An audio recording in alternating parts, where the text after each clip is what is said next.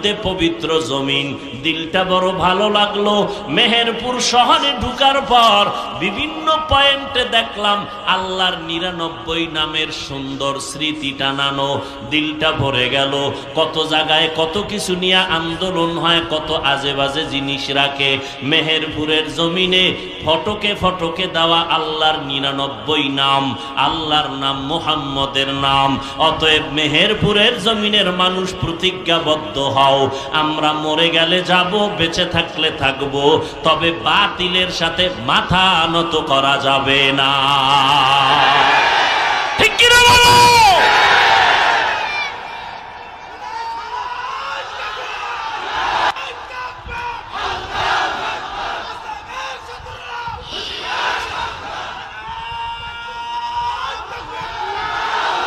ভাইরা আমার, যেই কোরআন এত দামি, 23 বছর পর্যন্ত আমার আল্লাহর নবীর কাছে 23 বছর লাগায় কোরআন আসলো। এত সুন্দর দামি কিতাব। প্রশ্ন হলো, সেই কিতাবের শুরুতে আল্লাহ অর্থহীন অক্ষর কেন দিলেন? এ হলো প্রশ্ন। আলিফ লাম মিম এগুলোর কোনো অর্থ নাই।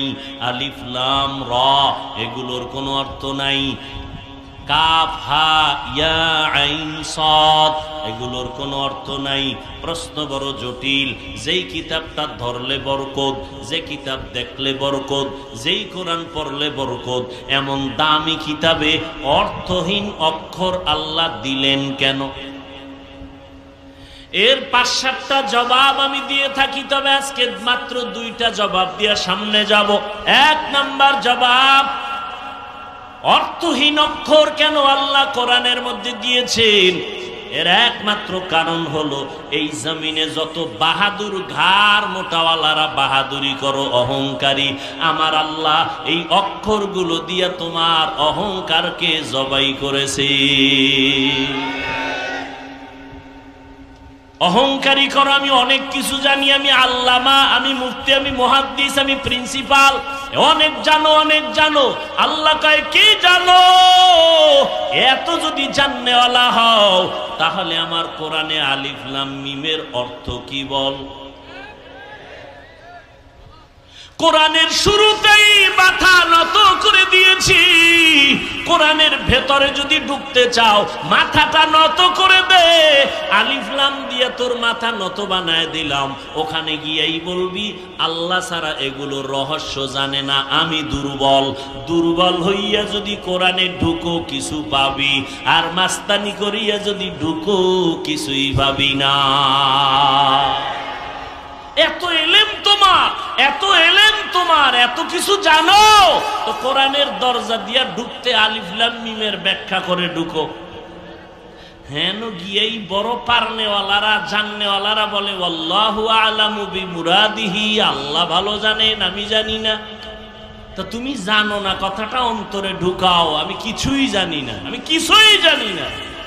মেরা এজাজু করদন বেহিসাব, মেরা এজাজু করদন বেহিসাব, খলকে রাদাদন জওয়াবে বাসওয়াব, হক না দারদ দোস্তে খলকা জারেরা, নিস্তে ই খসলত একে দিনদারেরা। 1 নাম্বার জবাব, অহংকারীদের অহংকার আল্লাহ জবাই করে দিলেন আলিফ লাম মিম অক্ষর দিয়া। 2 নাম্বার জবাব, আল্লাহ জগতের মুমিনের ঈমানটারে পরীক্ষা করলেন। এই মুমিনেরা, তোমরা আমার কোরআন বুঝলে মানবা নাকি না বুঝলেও মানবা? যারা বলবে আল্লাহ তোমার কোরআন বুঝলেও মানি, না বুঝলেও মানি, তুমি রিকশা ড্রাইভার হলেও তুমি মুমিন। আর যদি বলো আল্লাহ তোমার কোরআন বুঝলে মানি, না বুঝলে মানি না, 22 হাত পাগড়ি লাগাইলেও তুমি বেঈমান। আল্লাহর কোরআন বুঝলে মানি, না বুঝলেও মানি নাকি? আমরা আল্লাহর কোরআন বুঝলেও মানি, না বুঝলেও মানি। বুঝার মতো পরিপূর্ণ ক্ষমতা আল্লাহ কাউকে দেন নাই। আবার সবাই একভাবে বুঝে না, এক একজনে এক এক রকম বুঝে। এই জন্য তাফসির এক এক রকম হয়েছে, অনেকগুলো হয়েছে, ফতোয়া ভিন্ন ভিন্ন হয়েছে, সবার বুঝ এক